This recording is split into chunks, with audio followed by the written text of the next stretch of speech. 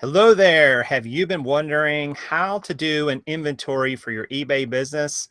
Well, this video is for you, and we're going to show you exactly how we do inventory with a heck of a lot of jeans in this room. Welcome to the show, everybody. I'm Prof Sales. And I'm Karin. And you are here on the Prof Sales YouTube channel. On this channel, we talk a lot about business, being an entrepreneur, reselling, selling on eBay, selling on Amazon, selling on other platforms, and your mindset as well. And we really try to help you get into the why and the mental part of the business as well as the what. Exactly. And we're going to do a lot of what today. That's right. So this show is also going on at the same time as a live chat in the, there's a chat room going on where you can come in and leave a question. And if you're new to the show, that would be a cool thing too. If you could do that at the end of the show, just leave us a comment. Let us know how you like the show, how you like the channel, if it made sense to you, and any questions you might have. We do our best to answer them all. So we will assume that our sound is good. And this is actually going to be the beginning of our yearly, maybe semi-annually inventory. So we're going to do some screen shares. We're going to do the actual inventory. I'm going to show you exactly how I had to hack the system today a little bit. And I hope it's going to work right, but I think it will work just fine. And you'll be able to see on the screen shares. We have done this before with paper. Do you remember last time I did this? It was all with paper. Yep. I'm partial to paper. Yeah. Karin's partial to paper. So this is going to be interesting. We're going to do it all like through a spreadsheet and so on. If it gets a little warm in here, guys, we might have to turn on the fan and it may create a little bit of noise. I apologize for that. But with these lights and this small room, sometimes it can be a little warm in here. I'm already feeling it's a little bit warm. But this should be a good show. So if you haven't done inventory before, let me talk to you guys just a second about that. Then we'll jump right into this. It's important for a lot of different reasons. I wrote down a few of them. It could be that you have items that you think are listed on eBay and they're not. We already found a few. We were just like, well, what is going on with this item? And so you could have items that are in your inventory. And you're like, yeah, that's up and ready to be sold. And it's not. Pro tip, eBay makes mistakes. Yes. And another pro tip, you make mistakes. So put those two together and mistakes are inevitable. The other thing too is you actually could have it listed and you don't have it. There's a problem as well. So you have it listed on eBay and you've either sold it, disposed of it, gotten rid of it, what have you. And you need to find that out because at some point that item might sell and that's going to be a problem when you no longer have it. Both of those are a really common issue that happen for various reasons on eBay. I'm not going to go into those in this video. And here's something else that can happen to you. Another reason why you need to do an inventory. Your items could be in the wrong place. I guarantee you we're going to find some things in the wrong place. And I'm a very careful, meticulous person when it comes to inventory, but you make mistakes. It's a lot of items. You get in a hurry. You type something wrong. You put something in the wrong place. And you're going to make mistakes. So, well, you like to cut and paste a lot too. Copy and paste. I do like to copy and paste, but if you type the wrong thing and paste it, it's still the wrong thing. Right. And if you don't copy correctly and you paste incorrectly, no bueno. So, and I would also say too that it's important from an accounting standpoint, guys. If you're in business for this, you absolutely are supposed to have an accurate inventory count at the beginning and the end of the year. It's an asset in your business, so you can't do that if you don't know what you have. And I would also say too that one of the things hopefully you'll figure out from this video is the importance of having your inventory in two different places, because I know there's some people out there who have talked about systems before where they only use eBay's system to track their inventory, the custom label SKU field, the title. I think that's a mistake because at some point you will make a mistake and then you've only got one place where it is and you're going to go searching for that item, which can take quite a while, especially if you're selling something that looks very similar, like someone already mentioned, like jeans. Karin, can you imagine if we were looking in this room? Well, we'll try to give you a quick virtual tour. We've done this before, but we're going to give you a quick virtual tour of the room. You can see there's a lot of jeans here. And, these shelving units are like 6 feet tall. There's another couple over there. Sorry. Most of them are blue. Yeah, there's another whole rack right behind this computer that you can't see. And you know, if you're only putting your inventory listing, whatever it is you're using to track inventory in one spot, that's a mistake, I think, because at some point you're going to lose it. So I'm going to show you how we're going to do this inventory and walk you through a couple. And Karen is going to be my lovely assistant, or she's going to be the person doing the work. No, we agreed. We agreed to disagree on how we're going to do this because it's all being done on this Mac. And Jason's going to be the whatever. Awesome person. And I'm going to actually physically, because there's, again, we're doing a couple of things here. We're doing a physical inventory to compare to, we've had to bring all of these things together into one place. So we're doing a physical inventory to see exactly what we've got compared to the list of things that we think we've got. Right. And then the list from eBay that represents what they think we've got and what we've got for sale. And those three things together aren't always identical. Right. Right. In fact, more often than not, we're probably going to, let's get it out of the way right now. We're probably going to spend a lot of time to maybe find a couple of mistakes, right? Sure. That being said, that one mistake, if you don't catch it and you're in the middle of, you've already sold it and you have to cancel it, or you send the wrong thing, it affects your seller rating. It does. Yeah. So we want to be proactive and prevent any sort of missteps like that. Yeah, absolutely. So I want to see if you guys here in the chat and later if you're watching this video, have you heard of the file exchange system that eBay has? And it's okay if you haven't, but if you go into your seller hub or you go into your account, you can go to something called the file exchange, and it allows you to upload or download various things from eBay in basically a CSV format.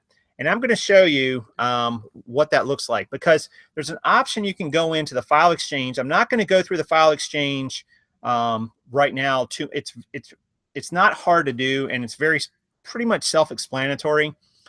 But if you go into it, you can go in there and you can create a download. You can create a download of your active listings. That's one of the drop downs, and that's what I did. And I'm going to show you what I did for that. So let me see if I can get this to come up here. And so when you go in and you do the file exchange, you're going to get this. You're going to get this big printout that looks something like this. And this has got over here a lot of columns you're going to see, and it's a lot of gobbledygook here. And this was a lot of stuff about, and this is my current listings. I have about almost 1,300 listings up right now. This is basically showing you what I have listed. Now, I've deleted some info and so on, and I'm going to delete more. I'm going to show you what you need to pare this down to. It looks intimidating, but over here you've got an item ID field that's going to pull down. It's got the price you're selling it at, a start and end date if you're doing 30-day listings or even GTCs. What it is you're selling. I expanded that out.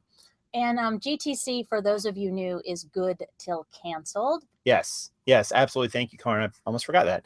And then what you're going to do, guys, you're going to go and you're going to delete some of these columns. And basically what you want to get it down to is this. So what this is just the bare minimum, the bare minimum that I needed to be able to do this inventory. So basically over here, I have my seller SKU field, which you can see custom label, the price, the item title, and the category leaf name. I don't know why it calls it leaf name, but I just wanted to have what the category was so I would know. That's all I'm going to need for this inventory, guys. So you can eliminate all those other columns. Technically, you don't even need the price or the category. You could just have the item title and the custom label. And you're going to use this to go through, and you see I've got these custom labels because I used to do all the custom labels in a separate field. And then at some point I went in and started putting those in a little bit differently. I started putting those in like in the actual description of the item. I think it changes somewhere around, I don't know where the heck it changed. I guess I pulled most of these out.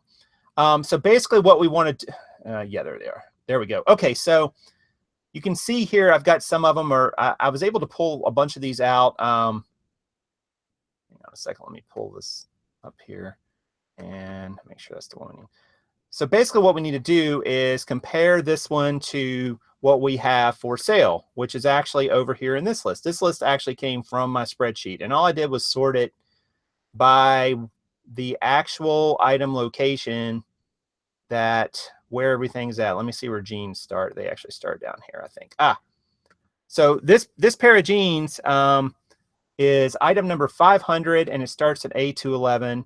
And you see I got a bunch here in A211, A212, so on and so on. So what I'm going to do is I'm going to compare what we have with what eBay says we have. Now that sounds complicated, but it's really not. Well, can you speak here to why it's a little bumpy for us as far as why the lists are kind of butting heads with each other because of these fields and how you entered them? Yeah, so I'm going to stop sharing for a second and show you guys. So one of the things that's interesting, if you put your, this is a downfall that I found today of my system. I've been putting my item ID and location in the listing title. And the reason why I did that is because when we sell it, you can find it very quickly because all you really need is just the what sold, and it'll show you where it's listed at in the title. So problem. So when you need to sort a list by all those numbers, they now are inside that title. And that's a problem because you can't sort the list based on just that segment of it. So you have to kind of break it back out, which really, really sucks. So sometimes it works, sometimes it doesn't. And sometimes it, for whatever reason, it's not letting us sort by certain fields or certain cells even. Yeah. Right? Yeah. And I'm actually looking at this and making sure this all kind of came out here right, just to make sure. So yeah, I'm starting even to doubt if it did. But I mean, it was a huge aha moment this morning when you were pulling it all together. Because, you know, I'm like, we got to do this inventory thing. We got to show people how we do it, good, bad, or otherwise, because we've been talking about it forever. And so as Jason pulled these lists together and knowing that we'd have to compare them and do the physical inventory, all those stuff together, all of a sudden, it's not so easy because we can't sort it by that new item number and location number that's been put on the end of the listing title at this point. It was really easy before. Now it's not. So yeah, and Luke Endless Entrepreneurs in the chat and says you can do it. You can tell Excel to perform something called text to columns, and you're right, you can. Unfortunately, it was having an issue splitting that off, Luke, and I'm not really sure why. It was not delimiting it correctly. So and trust me, we went around and around. Yeah, way too long this morning on it. I really had to, but suffice it to say, it's right now. I have, if you use everything in the custom label SKU field, it's actually easier because you can just sort based on that column for this purposes. And I would recommend that. But, you know, we kind of made it work. But basically what we're going to do is compare what eBay's got to what we have. So I'm going to show you what that's going to look like really quick. And then we're going to go in and start doing this so you guys can see it in action. So let me go back to the screen share.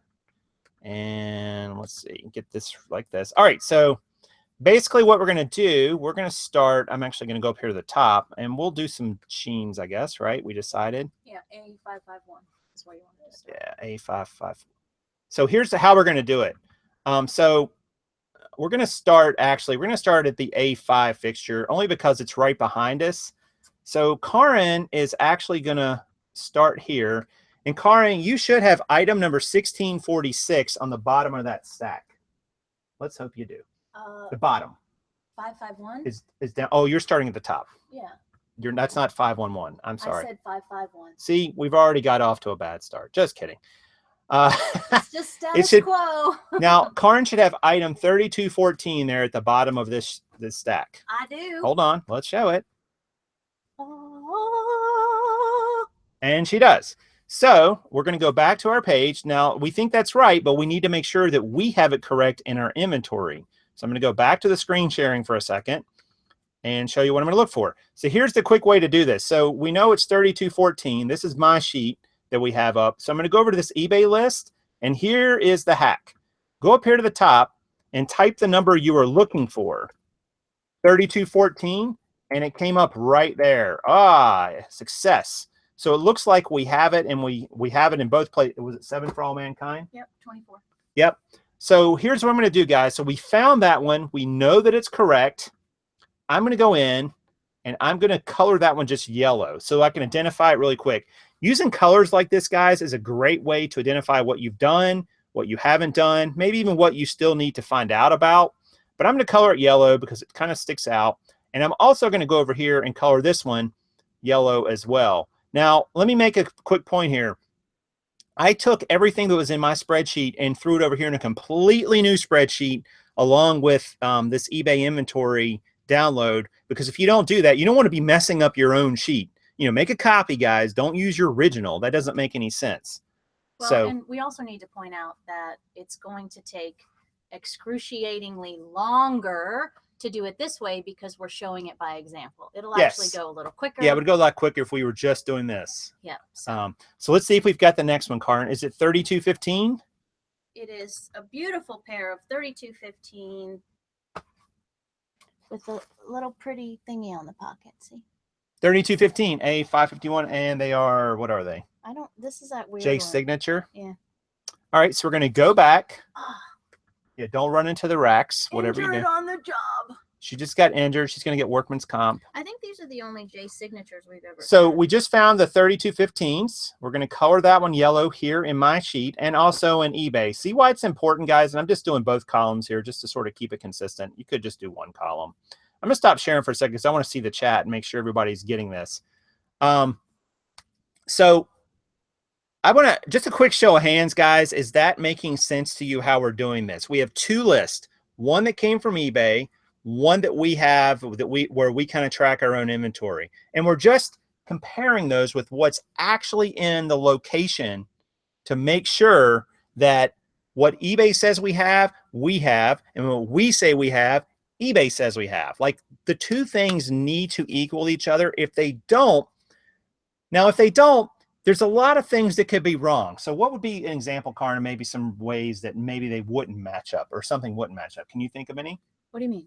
Like if what was there was not correct, or like if there was an error. What do you mean? It would be the wrong item. It wouldn't be the wrong brand. It would be the wrong size. It would be the wrong item number. Is that what you mean? Yeah, you can. Yeah. Yeah, I mean, it would. It's not a trick question. Yeah, I mean, all sorts of things. She's looking at me like, "What are you talking about?" So I can't believe you don't even know this. I was asking for illustration purposes. Yeah, all of those things could be different. It could be wrong size, wrong make, wrong model. Right. New with tags, not new with tags. It could be a short, a capri. It could be all. I mean. Right. All kind of things. I mean, guys, this is where you find out if you have what you say you have and what you think you have, and if eBay says the same thing. And if you don't, you've got different options. Like if you pull an item off of the shelf that's different than what eBay says you should have there. Like if they say, you know, it's this item and it's really a whole different item, maybe the same SKU number. You're going to need to research that and figure out what's going on there. Maybe you sold that item. Maybe you reused the number, which is another reason I don't like reusing numbers. Could be lots of things, but you've got some sort of error there for sure, because eBay is saying it should be this, you're saying it should be that, and there's some sort of discrepancy, which who knows if it's listed incorrectly. So let's pull the next one, Karen. Let's pull a few more. We're going to do some more here. Let's just stay in that. All right. So Karen has got, which one do you have? I have 4024. All right. So I'm going to do a quick screenshot. Can you show it to the camera? Show it to the people. Yeah, so they're diesels. Diesel. And you guys will probably notice as we go along, there's, I don't know, 3 or 4 different tags that you'll see. Some of them are actually Post-its from, because we don't get rid of anything. So some of them are Post-its from a long time ago. Okay, what number is that? 4024. 4024. And let's go to eBay here. All right, so we're saying that those should be diesel jeans, Ronar size. Here you can see. Right. But what does eBay say? So we're going to go up here and we're going to search for. Now, one thing that this won't do sometimes is if the number 4024, if it shows up somewhere weird. Yeah, unhighlight that because it's only searching. It may not show. Let me select. You can select the column sometimes and tell it to search for it, and look how it found it here in the white. Yep. But if there's another 4024 on this sheet somewhere, guys, it may find that instead. But Karen actually showed to me there's a couple little arrows right here. You can actually arrow over to the next option if there is one, and just keep going until you find the one it is. But this is the one we want. So these 4024s, they're diesel jeans Ronar. So eBay says that's what they are. Our spreadsheet says that's what they are. So we know those are good. So we've already done 3, and we've just kind of been fooling around here. What's the next one? All right. The next one is 40-25. So she's got 40-25, and what are they? Tommy's. Tommy Hilfiger or Tommy Bahama? Oh, Hilfiger. Okay. So Tommy Hilfiger, and those are, let's see where I can find those. Oops. Size 8 short women, something or other. All right, so those are 40-25. All right, Yep. so on our spreadsheet, it says Tommy Hilfiger jeans, size 8. Yep. We're going to assume this is all right. Now let's go to eBay's and find 40-25. It's right there. It's next. And it's right after it. Wow, well, that was convenient. And it's the same thing. So they match, guys. So we know now that, you know, every time we see one like this, we know that that's the correct one. And that's what's so awesome about this system. You're just basically comparing what eBay says versus what you say, and just going right down the list. What's the next one? 40-26. 40-26. And what are they? Page. Page jeans. Size 26. I'm going to hold them up real quick. All right. And so we'll go back over here. And again, we wouldn't be switching back to a camera shot if we were doing this. All right. So our spreadsheet says they are page jeans, size 26. Size 26. And so does eBay. Yay. Look at this. In the interest of still double checking, why don't you do a search on A551 and see if anything active? Oh, that's a great point. So Karin's saying, hey, we've got this category right here, A551, but let's just make sure our spreadsheet didn't put anywhere weird, like another item that has an A551, and it might show these because I think it's got the solds on it. But oh, wait a minute. We'll search this one right here. And it's only coming up with those. So that's it. We'll go through. See how the cursor is moving between those 5? That's kind of cool. Like, it's just showing you. I'm just cycling through these by pressing the arrow. So if you type a number and it's in more than one place on this sheet, you can just use these little arrows up here in the top right-hand corner to go to the next one. But it's saying we have 5 there. We verified the 5 that are there. And there's no extra. There's no extra. And that's another thing that you can run into is you'll find things that aren't on either list. That's happened to you once or twice before. Yeah. The last time we did an inventory, guys, I found some things that were here in the shelves that weren't on eBay, and I didn't have them on my spreadsheet. And the best I can guess is that when we moved, 2 years ago or so, when we moved, I probably just put them, like they were probably supposed to be something else. I don't even know, honestly. And they just got put into the stacks. It was the weirdest thing. They may have been like ones that were supposed to be defected. It could have been something like that. But I guarantee you guys, if you have 1,000 or 2,000 items or 3,000 items or more, you probably have some inventory issues. I'm going to guess. I mean, and that's not to knock you or your system. But you're a human being, and you're going to make mistakes. You're going to put things in the wrong place. Things are going to fall off a shelf and, get put somewhere weird. And don't sweat it. But I think if you can use this file exchange system through eBay, as far as I know, it's free. And I don't think it's limited by your type or your store or anything like that, guys. You can go on there. I'll see if I can pull it up real quick. I'm not sure I can, though. I'm having to laugh at Mark's 5 down, 1,300 to go. Yeah, I mean, that's the thing. When you don't have a lot of inventory, obviously you can go through it really quickly and verify, if eBay says you have 10 things for sale, you're going to, not a big deal to go look at those 10 things really quickly. Let's see. Are you screen sharing or are you just looking? Yeah, I will. No, I'm not right yet. So trying to get funny faces or what people are seeing as you're looking at this now, right?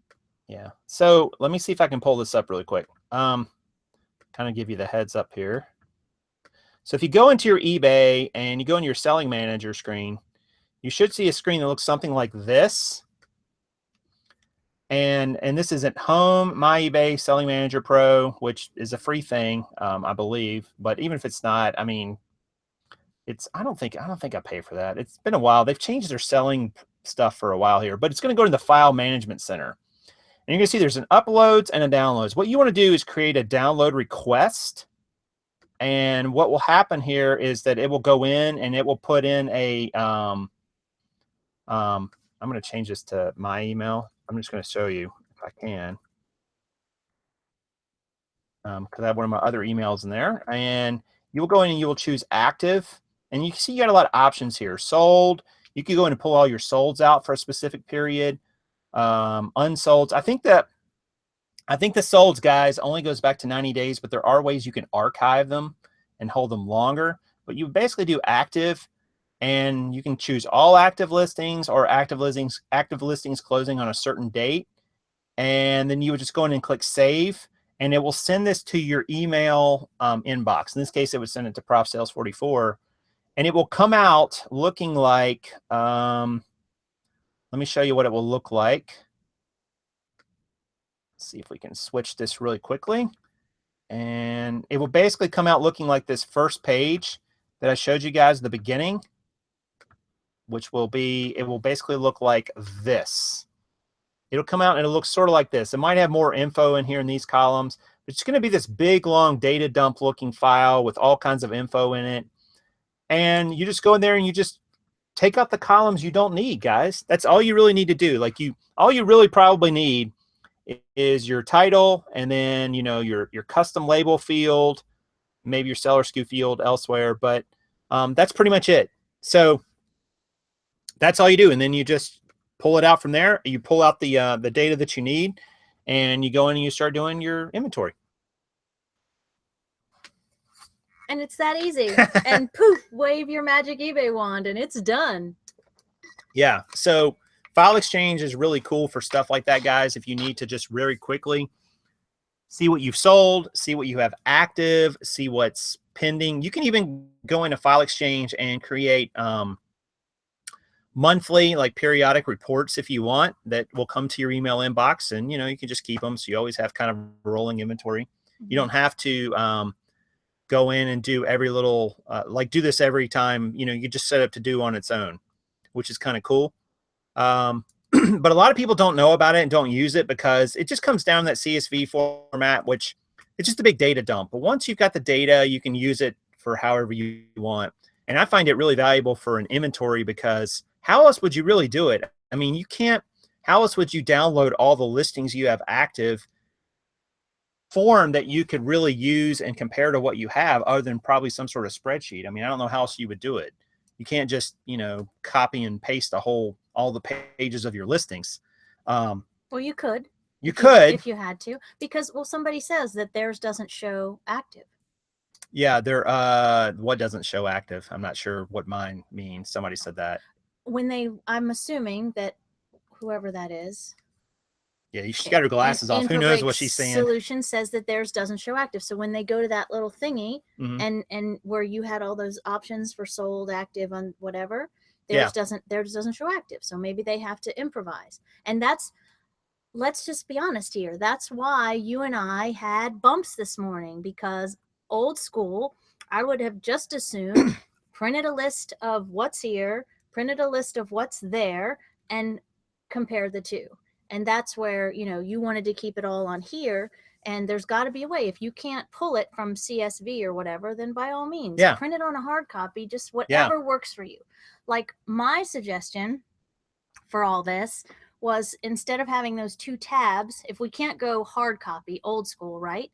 Instead of having those two tabs that you have to go back and forth with, the way my brain works is I would have color coded the text purple for inventory, real inventory here, right? And then I would have color coded maybe all the eBay stuff red. And then I would have put them on the same spreadsheet and sorted them by the item number. And the majority of them, whether they had hiccups or not, the majority of them would have sorted in order, and they would have been on top of each other, right? So there would have been a way that we could have still done it and compared it. So all I'm saying with all of that, in regard to maybe giving a dig to you, but all I'm saying is that everybody does it different. So you have to do what works for you. And if you've got 10 items, God love you, good for you. Should take you less than an hour. Oh, way less. It'd take you like 10 minutes. Do what makes sense to you, right? But in this case, I was counting this morning, we don't only have 1,300 pair of jeans. We have jeans, we have shoes, we have hard goods, we have other types of items. replenishable Yep. thingies. So literally we have 7 areas in the house that we have to count. Yeah. Right. And so jeans are pretty much only in here. Oh, and then we have the hanging uppy stuff, right? And not only do we have a rack here in the hallway, but part of our own mega closet is full of stuff that we're selling. I'm sure all of you can feel my pain on that one. Yeah. So one person actually suggested, and I don't remember, you might remember who it was, but so that we're not going crazy and killing each other, trying to do this entire room in one day, a suggestion was made in an instance like this, do a rack a day or a rack a setting or a period of time, right? So when we end this video, that's probably what we're going to do. We're going to finish this one, and then we'll get a good feel for how this way back and forth, yellow highlight, how that system's going to work for us. Yeah. Yeah. That's well said. And that was, I can't remember who gave me that suggestion or said they did it that way, but that's great. That breaks a kind of large task into manageable chunks. And it also gives you a great sense of accomplishment. You say, all right, I got this rack done. Like we could do that here. We could say, all right, we're going to finish rack number 5, fixture 5, and it'll be done. And then we know we can move on to the next one. And if you sell things in between the time when you first print off this inventory list and you finish, you do your next thing, you can just mark those off. Like that's not a big deal. You're like, all right, that's no longer on the eBay list. It's not on my list. It's gone.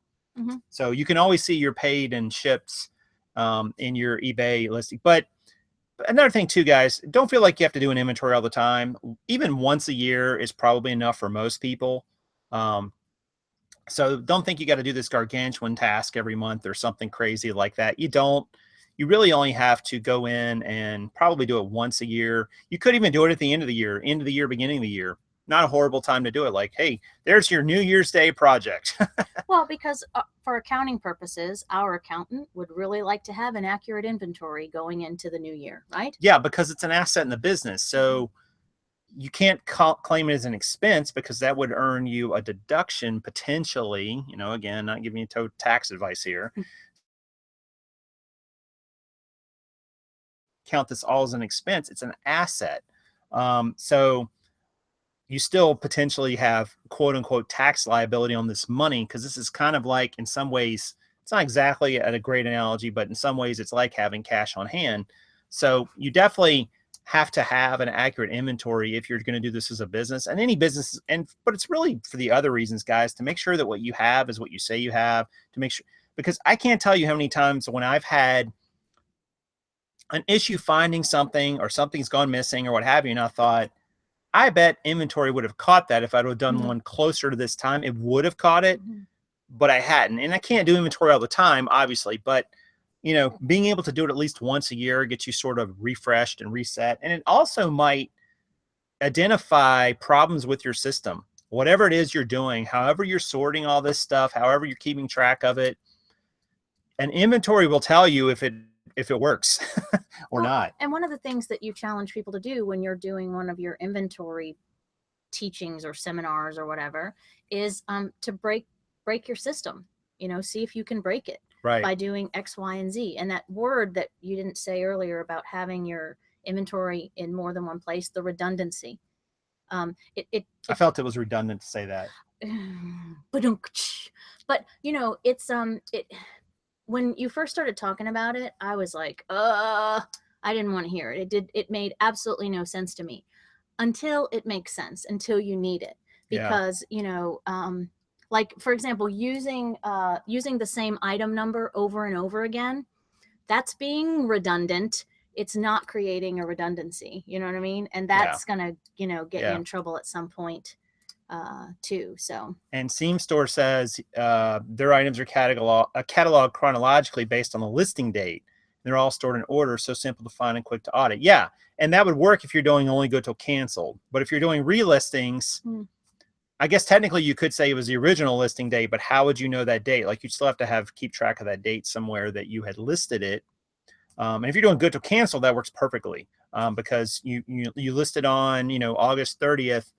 2017, and it's there with all the other August 30 2017 ones and then the next ones and so on and so forth, which is great. But if you're not doing GTC, that's not really going to work Well, because they're going to get relisted. Well, and are you working other things? Like in that case, I think I understand this person to say that they're just doing an order and they're not adding to them. Oh, that could We be had too. somebody that puts Could them be. in bins and then works newer things into it. And that's a little scary because then it's kind of muddying the water and making room for potential mistakes. Like if just textbook black and white, that's exactly what they're doing. That makes sense to me. Yeah, and right, and it'd be cool to hear more about that because it's interesting. But I think that I want to keep it as simple as possible, and so I created, just based on the systems that the big retailing giants use, a basic SKU number and location system. The two things go together, and that's it. And while on the one hand you could argue, well, you got to create both of those, why not just have just a SKU number? The problem with that is any sort of system where you're collapsing your inventory down and you're moving things from one bin to another is never going to be quite as efficient because you're having to pick them up and move them and touch them a second time. You haven't even sold them yet, or a third time, or a fourth time. I hesitate to think, like, if I had these all, like if this shelf right here was items number 1 through 200, and then eventually it became 1 through 205 and 1 through, but I'd have to eventually start potentially moving some around because this one might sell well way down, this one's got no room. It gets tricky to do that. And you have to collapse them down, and it would be really hard to do that with jeans because they would get out of order. I don't think it would work for our particular product and system, but I know it works for some people. But yeah, there's all kinds of different ways to do it. Just whatever you do, guys, I recommend that you have it in 2 places. You're keeping track of where your inventory is, and eBay is as well. And that way you run less risk of losing something if one of those systems fails you, or you can't find it, or it's put in the wrong place, or what have you, because I guarantee you it will happen the more and more items you sell. Imagine too, guys, I was thinking about Tiffany, and I know she's got a pretty sophisticated system down there, and she has, 6,000 items nearly, and employees. So when you think about that kind of complexity, now it's not even just you potentially making a mistake, it's your employees. You got another set of hands in there, putting things away, taking things out, making, the more people who touch it, the more mistakes you're going to get. I mean, that's just common sense. It starts out perfect, then it just gets worse and worse the more and the more steps. And part of their system is scannable barcodes, right? But if you, for example, print a bunch of those in advance and then hand it off to someone else, and then it's their task to attach and inventory the things, actually put them where they belong, then another opportunity for mistakes. And you know what else? And we don't think that it's corrected itself yet, but eBay has another glitch, where when you have multi-quantity items, right, and you list them initially, and you have 50 of something, say, and you do it for 30 days, and then you go to relist it, it's going to, if you don't pay attention and you do the auto relist thing, it's going to relist at the original listing. So it's going to say you still have 50 when you've sold 5 of them. Right. And we have enough multi-quantity items where you're not remembering to cross your T's and dot your I's on everyone. Nobody can. And that one thing I caught by just going out into the garage, and I was like, yeah, we don't have that many of this anymore. Yep. And that was, lucky we found that one, but that wasn't an inventory time. But a mid-year inventory would help mitigate that as well. Yeah, and it's kind of funny because when you have those quantity issues, you don't realize it for a long time until you sell down. Yeah. Like if you have 10 and the system thinks you have 12, you're not going to notice it until you try to sell number 11. And when you sell number 11, you're going to realize, wait, I don't have any more of this. How can this be? So that little glitch will catch you sometimes on multi-quantity lists. I'm not sure if they fixed that or not. It's possible. Well, we'll look the next time. But it doesn't only happen with multi-quantity. Like you could have 10 of the same thing, but you could also have red ones, blue ones, green ones. You could have large, small, medium. You have different sizes, men's or women. I mean, there's all sorts of variables that you just have to, be sure when you relist it. Don't just take for granted. And then some other things have come up recently where folks have said, they instantly clicked the whatever and it didn't do it right, or it added a fee, or it, just pay attention. Don't assume that because you're on autopilot there, that eBay is going to be, that eBay is going to have your back on everything. Just double check your work, which is what we're doing here with doing inventory. She's so happy about it. Can't you tell? Yeah. So great points. Just think about it, guys, like what you want to do in terms of your inventory and how you want to keep track of it, how you want to audit it from time to time. eBay is giving you some tools. If you use them, like the file exchange, you can use that to just get a big data dump of everything they say you have listed. And then if you've got a way to track that through your own system or compare it, you can create an inventory check. You can create an inventory count system very easily, but you've got to be able to sort of merge those two systems together, or at least find some commonalities between them. Nothing else. The eBay listing file, the data dump I showed you earlier, you could just sort the listing in alphabetical order and then go and then sort your list in alphabetical order and find them like that. Like we even talked about that at the beginning. And then it's like, no, there's got to be a better way. Like numbers are so much better because we're going to have so many 7 for All Mankind jeans and American Eagle jeans and Levi jeans. And it's like, man, this is going to be crazy to go through just dozens and dozens of these that are all going to look very similar alphabetically. Now that's not the case with everybody and what they sell. Some people sell things that have many different titles and maybe it would be a lot different. But, if you're selling iPhone cases, you're going to have a lot of things that are going to look very similar, potentially if you go by an alphabetical system. So anytime you can use a specific number or SKU, it's always going to be easier to sort that and find that and compare that to what you've got. I don't know what that looks like for you and what you sell. But I just think that, if you can do something along those lines, it just makes it really simple. But use it. And whatever you do, make it make sense to you. You don't have to necessarily reinvent the wheel and try to copy the way someone else is doing it. Seam Store says that they're actually using the first part is the year or the date. Oh, okay. And that Gotcha.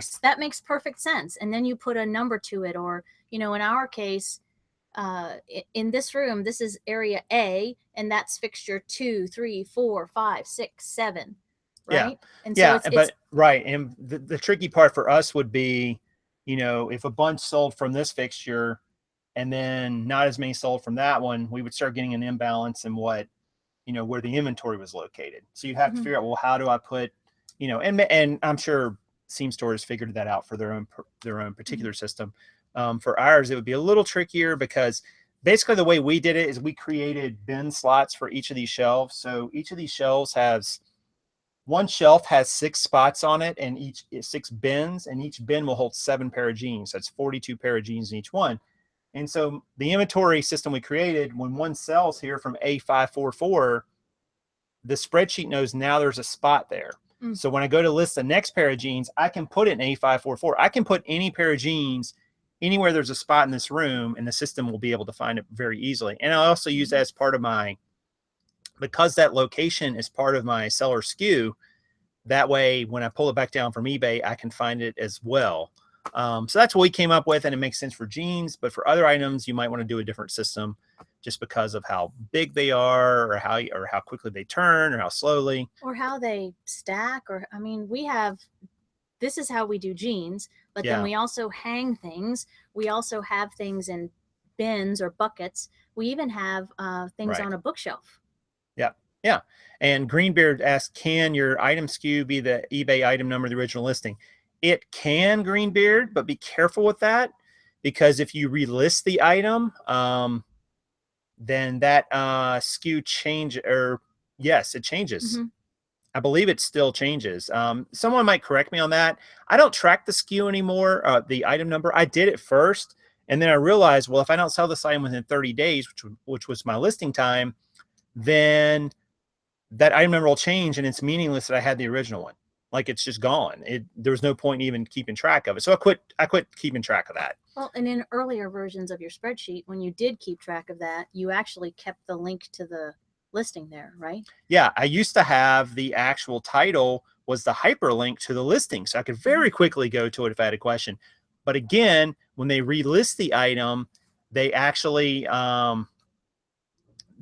changed it to a new HTML link. So that link would no longer work. So there's no reason to keep doing that either. That's just what I found, but other people may, I think even good till canceled. And he's saying someone said the listing ID say the same. Yeah, I don't think that's true. Someone else in the chat can maybe answer that. And maybe it's changed, but basically, even if you do a good till cancel is not really a good till cancel in the sense of like it just sits there forever. eBay actually just relists that item automatically every 30 days. Now, I don't think that number would change. But if it's a 30-day, I don't know. Adam says it's not supposed to change for your list, but I haven't checked it though. Yeah, I would definitely check that, guys. I wouldn't count on that. Make sure because if you're using that to track your item and then it changes in 30 days or 10 days or whatever, whenever your item actually expires, then you're no longer going to be able to track it. If you're using the actual item number, it would be great if it didn't. Like, I'm not really sure why eBay system ever had it that way. And maybe it's now no longer that way. I haven't checked in like a year because I haven't used that as tracking for a while. Paul says the GTC listing numbers do not change. Okay, well, cool. Well, that's great. And if they stay the same and you're only doing good till cancel, do that. But I'd be curious to know what about the 30 days and 10-day listings? I'm not sure about those. Maybe they don't change either, which is, if that's true, then you could go to that. You could go to just using the eBay item ID, but be careful of that. Figure that out before you create a system because you don't want to come up here and go, none of these match. Where is it? So anyway, lots of good questions today, guys. So if you have additional questions, you can leave them down below this video after we get done. But also hit the what button? Smash the like button. I always gotta let her do that. She's the best at it for sure, obviously. Because I do it with a smile on my face and a up in the thumb. Thumbs up. Okay, that's perfect. All right, so what else we got? So we encouraged people to get out of their comfort zones last time and encouraged people to go out and meet folks. And a shout out to a new friend on Instagram. We'll just call her Gypsy. She's in the Gypsy crew. But someone, took our advice on that, and it didn't go, it went well in the moment, but then that was it. It was kind of like they met out in public and then they didn't get together again. But okay. But they were able to come together in the moment, share some ideas, and then move on. So good for her, good for my Gypsy friend for, stepping outside of her box, doing something different, not doing it the same way over and over again. Absolutely. Someone had posted to a response to a comment that I was going to cover for a moment. We've talked about this subject at length.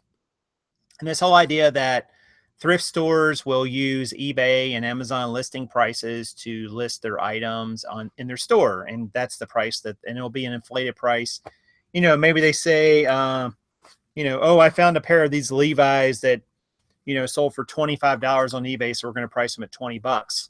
I'm going to say that basically that stores that do that, they don't do it for most of their items. I know people get really scared about that. And they'll find one or two items and then completely ignore the 10,000 items that the store did not price up, even though some of those sell for more money. But I guess, guys, I'm just going to say, if that's your concern, that because thrift stores price up, 1%, 2% even of their items, which I don't even think it's that much in a lot of stores, but I wouldn't worry about it, guys. Like Goodwill finds out very quickly. Savers finds out that the eBay and Amazon customer is not their customer. People are not expecting to come in and pay $75 for a pre-owned pair of boots. Will it occasionally happen? Yes. But if they do that and change their business model to that, they would have to completely change their entire store, the way they market things, the way they get donations. Everything would have to change. Like they'd have to get rid of like 95% of their inventory, quite honestly, to really make that sort of model work. So if you find, 10 items in a case in Goodwill that are priced really high, or they've got a rack over here of 30 things on it and they're priced up, don't freak out. I mean, because honestly, they're just testing it, seeing if they can get a higher price for it. And they're going to find out what they tend to find out time and time again is that it's not going to sell. The majority of those items are not going to sell because the person coming into a Goodwill to buy those items is not looking to pay an eBay price. They're not. They're coming in to find a bargain. Either they're a reseller like many of us are, or they're just coming in to get great items at a great price. So I'm not going to sweat that. Like, this issue comes up every 2 or 3 months, it feels like. And, a lot of their items that they try to do that with end up not selling, has been our experience. We see them sit there sometimes in that case for a month or two. And then they mark them down. So, yeah. And then they'll come right back out on the racks, or they'll bundle them up and ship them to some sort of liquidator that they're selling stuff to. So just don't get all caught up in that fear about that, guys. It's just, is it possible they will eventually move to that model? Sure. Is it likely to happen anytime soon? I don't think so. I just don't think it would make sense for them. They would sell so little, and they already have a reputation for selling bargain priced items. It's hard when you're selling items for $5 and $10 to suddenly start selling them for 30. Like, the customer mindset is not like the customer who's going to come and expect to pay $30 at like Plato's Closet or Uptown Cheapskate. They're not going to expect to pay that at Goodwill. They're just not, so you're not going to get that same customer. Or if they do come in your store, they're going to look for the cheaper price. They're going to like, well, I could go to Uptown Cheapskate or Plato's Closet or something like that and get this for that amount. Why would I come to Goodwill when most of the stuff is just, lower end items that doesn't make any sense for me to pay a lot for? So just chuckle to yourself. If you're at a Goodwill or Salvation Army or something, and you see something that obviously they're very fond of, just have a little internal chuckle, bless their hearts, and move on. Yes. Yeah? Yes. Bless their little hearts. Bless I like their that. little hearts. What else you got there, Trixie? Anybody else have any questions? Yeah, if you have any other questions, type them in here. You guys are, I know a lot of great questions in the chat and so on. Just type the word question or question marks, and we'll try to answer it. And if you have questions after you're watching this, leave them in the comment field. We do try to acknowledge them and answer all of them. It gets tricky sometimes, honestly, because it can take quite a bit of time, but we do our best. And if we know the answer, we don't always know the answer. Yeah, and Adam, Uptown Cheapskate is a lot like Plato's Closet. It caters more towards younger folks, and they're stricter with what they will accept. They want styles, all clothing, girls and boys, shoes as well, accessories, but they will accept things that are within, they're supposed to accept things that are within a year old. So a lot of the things that we have, for example, just didn't work. Ben and I took 100 items in there at one point. We had some jeans that just weren't selling and that we were going to defect out, and my son helped me bring in about 100 items, jeans. He had some things as well, polo shirts, and out of the 100 things, they didn't take any of my jeans, and they took 1 or 2 of his shirts. Right. So they're really strict on trying to stay current with their styles. Yeah. And every now and then, where they come in handy, honestly, is when they have their clearance. Once or twice a year, they'll blow out some things, and that is beneficial to us, especially with jeans and shoes. And every now and then, Tino swears by Uptown Cheapskates. He'll go in there and clean up on certain shoes, and because he knows them, right? They really do like their shoes there. But that's what they do there. So there you go. Yeah, and Adam asked if I could do a video on how to import data from eBay into our spreadsheets or Google Sheets. The file exchange I showed you is really simple. I don't know that it really rises to the level of a video per se, because I don't think, it would literally be like 30 seconds long. You really only need to get the data, out of the file exchange. It's just going to create a file on your computer and dump it, and then just throw it in a blank spreadsheet. And then from there, manipulate it however you want. Take columns out, add in other columns, and the beauty, sort it. The beauty of a CSV file, and they're new to me within the last couple of years, but the beauty of a CSV is it's just a sort of generic spreadsheet. Yeah. We pull CSVs now for our merch. We use it for eBay. But you can take that CSV and apply it. If you use Excel on a regular basis, it'll lend itself to an Excel spreadsheet. Or Google Sheets. Or Google Sheets, or even Pages for Mac. So it's just a generic spreadsheet that you can copy and paste into whatever you're already using. And the main thing about CSVs, I think that we would all perhaps agree on, is that it's going to be this huge data dump.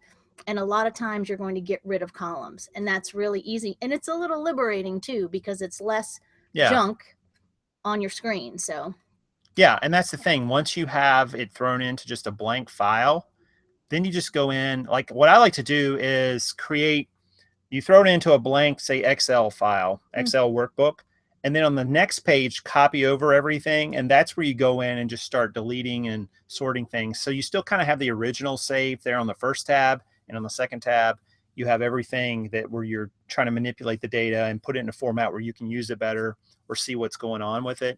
So it's always kind of a best practice. That way you don't have to go back and re-download it again. That's your homework, Adam. Do it. Pull a CSV from your eBay and just see. It's so easy. It sounds more intimidating, I think, than it needs to be.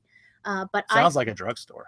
It does, kind of, if you're dyslexic, but it's easy to use. And I was a little intimidated by it myself, but really you just choose. And a lot of times wherever you're looking, it's a date range you choose, right? And you can even sometimes choose the fields that it will pull for you. But it's really simple. More oftentimes than not, it's going to give you more information than you need. But that's your homework. Practice and report back. Yeah, and see what you can get off it from an eBay. You might be interested to look and see, oh, I had no idea I'd sold that many of this. And you're downloading a file. Worst case, you screw it all up and you just delete it and retell it if you want to. So it's pretty simple. Or what is it? It's Command Z. Yeah, Command Z to go back. Yes. To undo. To undo. Wouldn't it be grand if we could do that in life? We could Control Z like a day or a moment. Z. Yeah, that'd be great. Just like, oh, today I need to do over Command Z. But I think it would go back in chunks. So, all right, guys, that's going to do it for this video. Hope you enjoyed it. We'll be back on Friday in 2 days with another video, and we'll be looking forward. I'm not even sure what our topic's going to be, but and you're assuming we're going to live through this whole inventory thing, because we do. Yeah, we need we'll to let you know how it goes. So. Yeah, that's our homework. We'll report back on how this tag team is going to work. All right, so that's going to do it for now. So I'm Prof Sales, and I'm Karin, saying good sales to you.